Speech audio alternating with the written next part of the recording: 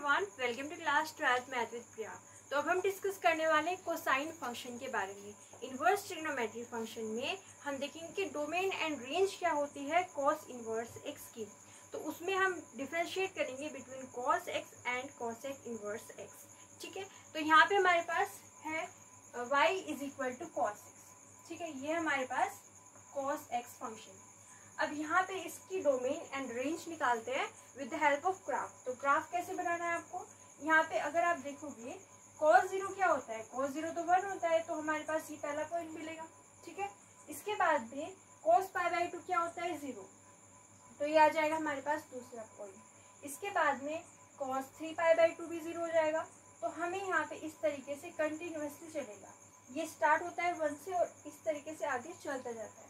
इसी तरीके से पीछे जाएगा, यहाँ पे -π/2 पे भी ये 0 होगा और -3π/2 पे भी ये 0 होगा। तो इस तरीके से हमें ग्राफ मिल जाता है। अब इस ग्राफ को देख के हम इसकी डोमेन एंड रेंज कैसे निकालेंगे। तो डोमेन क्या होता है, जो वैल्यू हम पुट कर सकते हैं। तो कितनी वैल्यूज पुट कर सकते हैं, ग्राफ में देखिए क्या लग रहा है कि हम सारे रियल नंबर्स पुट कर सकते हैं कॉस के लिए, लेकिन क्योंकि हमें कॉस इनवर्स चाहिए, इसका इनवर्स हमें निकालना है, तो हमें क्या करना पड़ेगा। कंडीशन क्या होती है इनवर्स की, कि अगर आपको किसी भी फंक्शन का इनवर्स निकालना है तो 1 1 एंड 2 दोनों होना चाहिए। 1 1 के लिए हमें क्या चाहिए, अगर यहाँ पे 2 पॉइंट्स है तो 2 वैल्यूज पे सेम वैल्यू नहीं आनी चाहिए। मतलब π/2 है, 3π/2 है, दोनों पे क्या आ रहा है 0, तो 1 1 नहीं हुआ। ठीक है, तो कंडीशन क्या होती है इनवर्स के लिए कि वो 1 1 भी हो एंड 2 भी हो।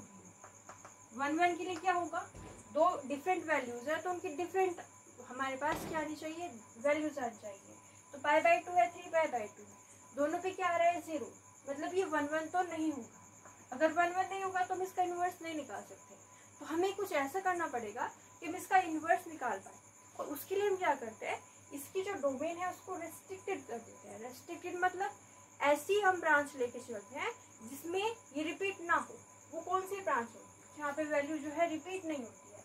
तो आप यहाँ पे देखो, इसको हम क्या कर सकते हैं, ये वाला जो पोर्शन है आपका यहाँ से लेकर अगर आप इसको यहाँ तक रेस्ट्रिक्टेड कर दो, ये 0 है, और इसके बाद में जहाँ पे भी जा रहा है हर जगह पे 0 से π, दिस वन 0 से π के लिए अगर आप इसको रेस्ट्रिक्टेड कर दो तो यहाँ पे डिफरेंट वैल्यूज, आपको डिफरेंट वैल्यूज मिलेंगी। मतलब यहाँ पे देखो, यहाँ पे 0 है तो ये वैल्यू है, हर एक पॉइंट के लिए आपको डिफरेंट ही वैल्यू मिलेगी।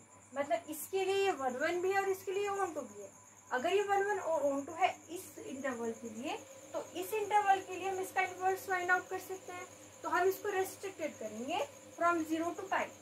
इसका मतलब ये वैल्यूज हम पुट कर सकते हैं, और अगर ये वैल्यूज पुट करेंगे तो इसका इनवर्स भी निकल जाएगा। तो यानी कि डोमेन क्या निकलेगी, डोमेन निकलेगी 0 से π। क्यों निकलेगी, इसका भी आपको आंसर मिल गया होगा कि 0 से π ही क्यों होती है इसकी डोमेन। ठीक है, क्योंकि हमें यहाँ पे इसका इनवर्स निकालना है, तो इसलिए हम इसको रेस्ट्रिक्टेड कर रहे हैं।